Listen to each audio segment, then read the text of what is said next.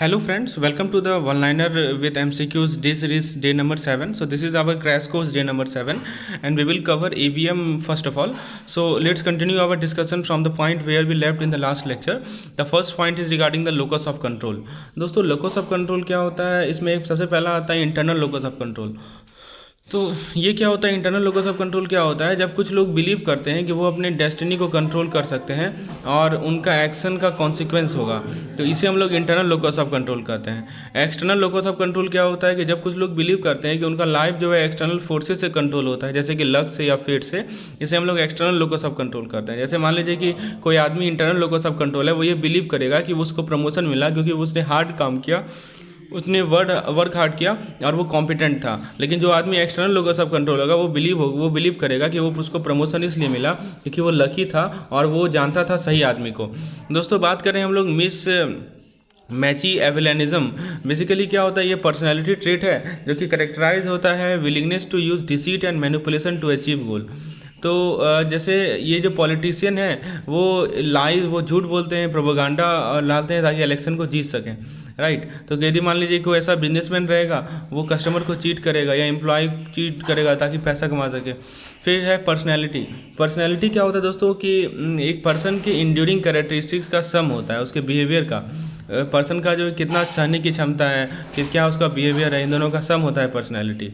तो जैसे मान लीजिए कि एक पर्सन का पर्सनैलिटी जो है एक्सट्रोवर्जन से कैरेक्टराइज होगा, जबकि दूसरा पर्सन का पर्सनैलिटी जो है इंट्रोवर्जन हो सकता है। दोस्तों हम बात करें साइको एनालिसिस की, तो एक मेथड होता है मेंटल और इमोशनल डिसऑर्डर को ट्रीट करने का, और पेशेंट को फ्रीली टॉक करते हैं अपने थॉट और एक्सपीरियंस के बारे में। तो साइको एनालिसिस का गोल है कि हम पेशेंट को समझाएं और उनके अनकॉन्शियस कॉन्फ्लिक्ट को रिजॉल्व करें। जैसे कोई साइको एनालिस्ट है, वो हेल्प करेगा एक पेशेंट को डिप्रेशन से, ताकि सैडनेस के रूट को समझ सके और कोपिंग मैकेनिज्म को डेवलप कर सके। सेल्फ एस्टीम क्या होता है दोस्तों, सेल्फ एस्टीम होता है कि हम कितने वैल्यू करते हैं और अपने आप को परसीव करते हैं। ये हमारे थाउट से, फीलिंग से, एक्सपीरियंस से इन्फ्लुएंस होता है। जैसे कोई आदमी हाई सेल्फ एस्टीम होगा, वो बिलीव करेगा कि उसे लव रेस्पेक्ट मिल रहा है, लेकिन जो आदमी लो सेल्फ एस्टीम का होगा वो बिलीव करेगा कि वो अनलवेबल है या वर्थलेस है। नेक्स्ट होता है हमारा बिहेवियर मॉडिफिकेशन। बिहेवियर मॉडिफिकेशन का मतलब ये होता है कि एक तरह का थेरेपी है। Behaviour modification is a type of therapy, basically जो कि कंडीशनिंग को यूज़ करता है बिहेवियर को चेंज करने के लिए। कंडीशनिंग क्या होता है, कंडीशनिंग एक प्रोसेस होता है कि हम लर्निंग का प्रोसेस को कंडीशनिंग कहते हैं, ताकि हम एसोसिएट करें स्टिमुलाई को रिस्पॉन्स के साथ। तो बिहेवियर मॉडिफिकेशन के जो थेरेपिस्ट होंगे वो एक पेशेंट को हेल्प करेंगे एंग्जाइटी के साथ, ताकि वो पब्लिक स्पीकिंग के फियर को ओवरकम करे, राइट। नेक्स्ट है हमारा रोल एम्बिग्यूटी। रोल एम्बिग्यूटी क्या होता है दोस्तों, क्लैरिटी नहीं होना, lack of clarity in understanding the action to be taken to achieve proposed goal. देखिए समझिए इसका मतलब क्या होता है कि जैसे मान लीजिए एक नया एम्प्लॉय है, वो एक्सपीरियंस करेगा रोल एम्बिग्यूटी यदि वो श्योर नहीं है कि उसका जॉब ड्यूटी क्या है और कैसे उसे कंप्लीट करना है। तो क्लैरिटी नहीं है, action to be taken to achieve propose individual goal. तो मैंने एग्जाम्पल के तौर पर आपको दिया न्यू एम्प्लॉय। नेक्स्ट है रोल कोपिंग। रोल कोपिंग का मतलब क्या होता है कि ये कंसस स्ट्रैटेजी है, right, to reduce the unpleasant emotion. जैसे मान लीजिए एक टीचर है, वो रोल कोपिंग स्ट्रैटेजी को यूज़ करता है ताकि अपने जॉब के स्ट्रेस से डील कर सके। जैसे ब्रेक ले थ्रू आउट द डे, या वर्क के बाद एक्सरसाइज करे, इसे कहते हैं रोल कोपिंग। तो ये कंसस स्ट्रैटेजीज होता है ताकि अनप्लीजेंट इमोशन को कम कर सके, इसे हम लोग रोल कोपिंग कहते हैं, राइट। सो कुछ टीचर जो है कुछ रोल कोपिंग स्ट्रैटेजी को यूज़ करेगा ताकि जॉब में जो स्ट्रेस है उससे डील कर सकें। नेक्स्ट है हमारा रोल डिस्टेंस। रोल डिस्टेंस क्या होता है, रोल डिस्टेंस एक मैकेनिज्म है आर्टिकुलेशन के लिए। Role distance is a mechanism use for role articulation in the face of progressively increasing number of expectation. जैसे एक डॉक्टर है, वो रोल डिस्टेंस को यूज़ करेगा ताकि अपने पर्सनल लाइफ को प्रोफेशनल लाइफ से दूर रखे। रोल एफिकेसी क्या होता है, रोल एफिकेसी एक रोल का पोटेंशियल इफेक्टिवनेस होता है। जैसे एक रोल है जिसमें high degree of role efficacy होगा, वो 1 होगा, जो कि इंडिविजुअल को अलाउ करेगा कि वो अपने गोल को अचीव कर सके और वर्ल्ड में डिफरेंस ला सके। दोस्तों पहला सवाल है इंटरनल लोकस ऑफ कंट्रोल का एग्जाम्पल कौन सा है। तो आपके सामने ऑप्शंस हैं कि पहला ऑप्शन है एक ऐसा पर्सन जो कि अपने जॉब लॉस को ब्लेम करता है बैड इकोनॉमी पे, एक स्टूडेंट जो कि हार्ड स्टडी करता है टेस्ट के लिए और वो कॉन्फिडेंट है कि वो अच्छा करेगा, तीसरा है कि एक आदमी वो बिलीव करता है कि वो डेस्टाइंड है, कि वो सक्सेसफुल ही होगा। और चौथा है कि एक पर्सन वो फील करता है कि they have no control over their life. तो मैंने आपको इंटरनल लोको सब कंट्रोल में समझाया था कि जो अपने हार्ड स्टडी करने वाला जो आदमी होता है वो उसका इंटरनल लोको सब कंट्रोल होता है। नेक्स्ट है, in which of the following is an example of Machiavellian behaviour.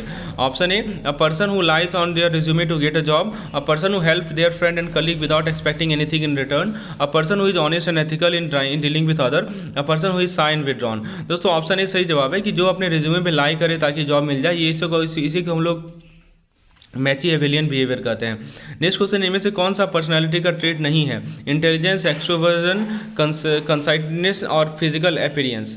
तो पर्सनालिटी का ट्रेट नहीं है, ये सवाल आपसे पूछा जा रहा है। तो दोस्तों ये जो हमारा फिजिकल अपीयरेंस है ना, ये हमारा पर्सनालिटी का ट्रेट नहीं है, right. So all rest other, intelligence, extroversion, ये सब हमारे पर्सनैलिटी के ट्रेट है, but this physical appearance is not a trait of personality. So option D is the correct answer. Next question है कि इनमें से कौन सा की कंसेप्ट है साइको एनालिसिस का? तो मैंने बताया था ऑप्शन साइको एनालिसिस एक मेथड होता है मेंटल और इमोशनल डिसऑर्डर को ट्रीट करने का। तो unconscious mind, free association, transference, all of the above. तो सवाल ये है कि साइको एनालिसिस का कौन सा सवाल ये है। तो दोस्तों इसका सही जवाब है, the correct answer is option number D, that is all of the above. यानी इनमें से सभी जो है की कंसेप्ट है साइको एनालिसिस में। दोस्तों सेल्फ स्टीम का साइन क्या है? Feeling confident in your ability, accepting yourself for who you are, setting realistic goal for yourself, all of the above. तो सेल्फ स्टीम का है कि आप कॉन्फिडेंट फील कर रहे हैं अपने एबिलिटीज़ में, आप एक्सेप्ट कर रहे हैं कि आप कौन है, से रियलिस्टिक गोल सेट कर रहे हैं खुद के लिए। So these are all example of high self esteem. Next question, behaviour modification. तो बिहेवियर मॉडिफिकेशन में कौन सा टेक्निक यूज किया जाता है, ये सवाल है। सो ऑप्शंस है हमारे पास positive reinforcement, negative reinforcement, punishment, all of the above. So correct answer is all of the above, positive reinforcement, negative reinforcement and punishment and all of the above is the correct answer to the context of behavior modification. Next question है दोस्तों role ambiguity के बारे में, कि इनमें से कौन सा कॉन्सिक्वेंस होता है रोल एम्बिग्यूटी का? Which of the following is a consequence of role ambiguity? Decrease job satisfaction, increase stress, reduce productivity, all of the above. तो रोल एम्बिग्यूटी का आपसे कॉन्सिक्वेंस पूछा जा रहा है। सो रोल एम्बिग्यूटी का जैसे मैंने आपको एग्जाम्पल समझाया था अभी, इट्स रोल एम्बिग्यूटी का एग्जाम्पल था आपका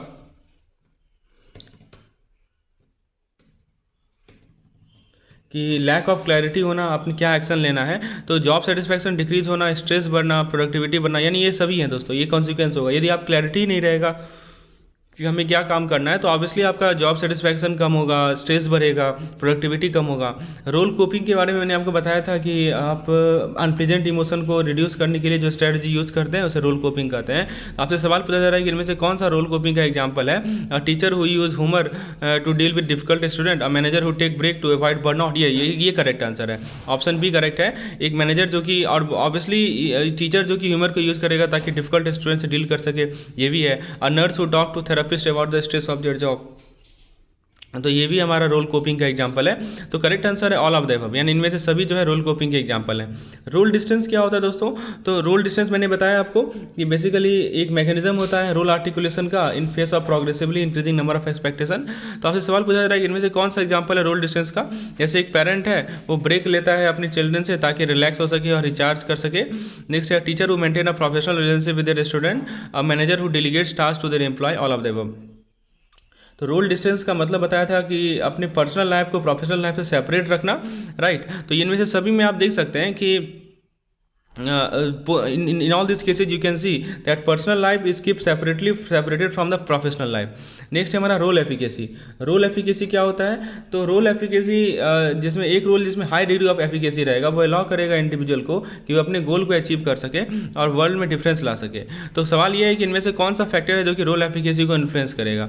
तो दोस्तों personal skill and ability, resources available to the person confidence in their ability to perform the role. तो ये सभी फैक्टर्स हैं जो कि रोल एफिकेसी को इन्फ्लुएंस करते हैं। दोस्तों if you want such type of videos for all the upcoming CIB examination, so you can enroll in our CIB crash course program. So in this crash course program, what you get concise videos, you get unit wise MCQs, you get concise notes. So everything is prepared in concise manner so that it will help you in your 1 month preparation. Daily you have to devote 2 to 3 hours and you will be able to get through the entire syllabus in the short span of time. So if you want to enroll in this particular course, what you have to do, you just have to WhatsApp on this particular number, or alternatively what you can do, you can just go to the description section. There you will get the link of the app. You just install the app and then you can enroll in this particular course. Now let's talk about the role erosion. आगे बात करते हैं दोस्तों role erosion का. Role erosion क्या होता है कि जब मान लीजिए कोई एम्प्लॉयर है वो ग्रेजुअली रिड्यूस हो जाता है, रिड्यूस कर देता है, या एम्प्लॉय के जॉब की ड्यूटी को वापस ले लेता है, रिस्पॉन्सिबिलिटी को वापस ले लेता है. जैसे मान लीजिए कि कंपनी है, वो डिसाइड किया कि हम कुछ आईटी वर्क को आउटसोर्स करेंगे थर्ड पार्टी वेंडर को. इस कारण से आईटी डिपार्टमेंट को डाउनसाइज कर दिया गया, राइट. और सब कुछ आईटी एम्प्लॉय अपने जॉब को लॉस कर लेंगे या उनका जॉब ड्यूटी कम हो जाएगा. तो इससे कहते हैं हम लोग रोल इरोजन. रोल आइसोलेशन क्या होता है कि एक फीलिंग होता है कि हम आइसोलेटेड फील करने का इन्फॉर्मेशन और कम्युनिकेशन चैनल से किसी ऑर्गेनाइजेशन में. ये बहुत सारे कारण से होता है, जैसे रिमोट वर्क करना या लिमिटेड नंबर ऑफ कॉन्टैक्ट होना या मीटिंग से एक्सक्लूडेड रखना. जैसे मान लीजिए एक नया एम्प्लॉय है, वो रोल आइसोलेशन फील करेगा यदि उसको अपने कलीग से इंट्रोड्यूस ना करवाया जाए या उनको कंपनी के इंटरनेट सिस्टम को एक्सेस ना दिया जाए. तो एक रिमोट वर्कर जो है वो रोल आइसोलेटेड फील करेगा यदि उसको इन्वाइट नहीं किया जाए ताकि टीम मीटिंग में पार्टिसिपेट करे. नेक्स्ट है मेरा रोल मेकिंग. रोल मेकिंग एक प्रोसेस होता है कि आप एक्सपेक्टेशन को नेगोशिएट करें और अपना रोल को डिफाइन करें किसी ऑर्गेनाइजेशन के अंदर. जैसे एक नया एम्प्लॉय है, वो रोल मेक कर सकता है अपने मैनेजर और कलीग को पूछकर कि उनसे क्या एक्सपेक्ट किया जाए उनके नए रोल में. इसे हम लोग कहते हैं रोल मेकिंग. फाइनली होता है हमारा रोल स्ट्रेस. रोल स्ट्रेस एक प्रेशर होता है जो कि एम्प्लॉय फील करता है जब वो समझ नहीं पाता या रिलेवेंट राइट एंड ऑब्लिगेशन को समझ नहीं पाता जो कि वर्क से रिलेटेड है. तो रोल स्ट्रेस बहुत सारे फैक्टर से होते हैं, जैसे role ambiguity, role conflict, role overload. जैसे एक एम्प्लॉय रोल स्ट्रेस एक्सपीरियंस करता है यदि वो अपनी जॉब ड्यूटी से अनश्योर रहे या उसके पास कन्फ्लिक्टिंग डिमांड हो अपने मैनेजर से और कलीग से. तो एम्प्लॉय जो है रोल स्ट्रेस एक्सपीरियंस कर सकता है यदि उसके पास ज़्यादा काम करने को हो और समय नहीं हो. जैसे सवाल आपके सामने कि इनमें से कौन सा रोल इरोजन का एग्जाम्पल है. पहला ऑप्शन है एक एम्प्लॉय जो कि ग्रेजुअली असाइन करेगा ज़्यादा से ज़्यादा रिस्पॉन्सिबिलिटी अपने एम्प्लॉय को. An employer gradually remove responsibility from employee without their knowledge. An employer provide an employee with resources and support. And last option is employer create a positive. दोस्तों role erosion का नाम ही होता है कि आप अपने एम्प्लॉय का जो ड्यूटी था उससे उसको वापस छुटकारा पा दिया और बाकी आप थर्ड पार्टी वेंडर को दे दिए वो काम. तो ऑप्शन बी इस कॉन्टेक्स्ट में सही है. दोस्तों सवाल ये है कि इनमें से कौन सा रोल आइसोलेशन का कॉन्सिक्वेंस होगा. तो ऑब्वियसली बात है जॉब सेटिस्फैक्शन कम होगा, स्ट्रेस बढ़ेगा, प्रोडक्टिविटी कम होगा. तो करेक्ट आंसर होगा ऑल ऑफ द अबव. इनमें से कौन सा रोल मेकिंग का एग्जांपल है. रोल मेकिंग का एग्जांपल मैंने बताया आपको कि मतलब एक एम्प्लॉय है वो रोल मेक कर सकता है अपने मैनेजर और कलीग से पूछ के कि उनसे क्या एक्सपेक्टेशन किया जा रहा है नए रोल में, राइट. तो ये रोल मेकिंग होता है. तो सवाल ये है कि इनमें से कौन सा एग्जाम्पल है रोल मेकिंग का. Manager negotiating with their employee over their workload, a teacher negotiating with their student over the rule of the classroom, a parent negotiating with their child over their bedtime. Yes, all of these are the example of role making. So option D is the correct answer. Next question है इनमें से कौन सा factor है जो कि role stress को contribute करता है. दोस्तों रोल स्ट्रेस आप समझते हैं ना, एक प्रेशर होता है जो कि एम्प्लॉय फील करते हैं जब वो नहीं समझ पाते हैं रिलेवेंट राइट और ऑब्लिगेशन जो कि वर्क से रिलेटेड है. तो ये बहुत सारे फैक्टर के कारण होता है रोल स्ट्रेस. तो दोस्तों देखिए मैंने बताया कि रोल स्ट्रेस के पीछे रोल एम्बिग्यूटी भी है, रोल कॉन्फ्लिक्ट भी है और लैक ऑफ रिसोर्सेज भी है. So all of this factor contribute to the role stress. So option number D is the correct answer. Friends we have AVM crash course separately for you. If you want to enroll in only AVM then we have also AVM crash course, and also we are offering 45% discount on this particular crash course. So the content is the same. You will get one-liner PDF, you will get daily quizzes, MCQs, mock test and videos. So every content you are getting which will help you in your 1 month preparation for CIB examination. So if you want to enroll, you have to just WhatsApp me on this number or you can click on the link provided in the description section. So now let's continue our discussion regarding employee feedback mechanism. बताया जा रहा है दोस्तों कि system employ feedback system की बात करते हैं. एक एम्प्लॉय फीडबैक सिस्टम एक तरीका होता है एम्प्लॉय को कि वो फीडबैक प्रोवाइड करे अपने मैनेजर को और ऑर्गेनाइजेशन को उसके वर्क एक्सपीरियंस के बारे में. तो इस फीडबैक को यूज कर सकते हैं वर्क प्लेस को इंप्रूव करने के लिए, इंप्रूवमेंट कहाँ इंप्रूवमेंट किया जा सकता है वैसे एरिया को आइडेंटिफाई करने के लिए, और जो भी इशूज़ हैं जो कि एम्प्लॉय फेस कर रहे हैं उसे रिजॉल्व करने के लिए. जैसे एक एम्प्लॉय फीडबैक सिस्टम के अंदर रेगुलर सर्वे आएगा, 1-to-1 1-on-1 मीटिंग होगा मैनेजर के साथ, या एनोनिमस सजेशन बॉक्स होगा. क्लाइमेट सर्वे की बात करें तो क्लाइमेट सर्वे के माध्यम से एम्प्लॉय के परसेप्शन को आप मेज़र करते हैं कि हमारे ऑर्गेनाइजेशन में क्लाइमेट का क्या परसेप्शन, प्रिवेलिंग क्लाइमेट कैसा है. तो ये क्लाइमेट के अंदर कुछ भी चीज़ हो सकता है जैसे कि trust, respect, collaboration between employees, ठीक है, या overall moral and satisfaction of the workforce. तो क्लाइमेट सर्वे जो है एम्प्लॉय से पूछेगा कि वो अपने वो रेट करे देयर एग्रीमेंट विद द कुछ स्टेटमेंट के माध्यम से, जैसे मैं वैल्यूड फील कर रहा हूँ, मैं अपने मैनेजर से रिस्पेक्टेड फील कर रहा हूँ, I am confident in the future of my organisation. ये होता है हमारा क्लाइमेट सर्वे। दोस्तों बताया जा रहा है कि जो प्राइम मोटिव है जॉब लेने का वो ये है कि हम बेसिक नीड को मीट करें, जैसे फूड, शेल्टर, क्लॉथिंग। ये नीड एडुकेटली मीट होता है वेजेस से, जो कि एम्प्लॉय अर्न करते हैं अपने ऑर्गेनाइजेशन में जो कंट्रीब्यूशन करते हैं उसके द्वारा। तो जैसे मान लीजिए कि एक एम्प्लॉय है जो कि ग्रॉसरी स्टोर में काम कर रहा है, वो मोटिवेटेड होगा जॉब लेने के लिए ताकि वो पैसा कमा सके, ताकि फूड खरीद सके, रेंट पे कर सके। वेजेस कॉम्पेंसेशन की बात करें तो वेजेस कॉम्पेंसेशन मेन अट्रैक्शन होता है किसी जॉब को ज्वाइन करने का या चेंज करने का। तो एक रीजनेबल और जस्टिफाइबल होता है ताकि एम्प्लॉय को हैप्पी रख सके और कमिटेड रख सकें। जैसे कि एम्प्लॉय जिसको एक नया जॉब ऑफर किया जाए हाई सैलरी के साथ, बेटर बेनिफिट के साथ, तो मोटिवेटेड होगा कि जॉब को चेंज करें। दोस्तों बेसिक गोल्स की बात करें कि किसी इंडिविजुअल का, तो किसी ऑर्गेनाइजेशन में इंडिविजुअल का बेसिक गोल होता है कि सेटिस्फैक्ट्री वेजेज मिले, उसे कॉम्पेंसेशन मिले, वो अच्छा परफॉर्म करे और रिकॉग्नाइज किया जाए दूसरे फाइनेंशियल या नॉन फाइनेंशियल रिवार्ड के लिए।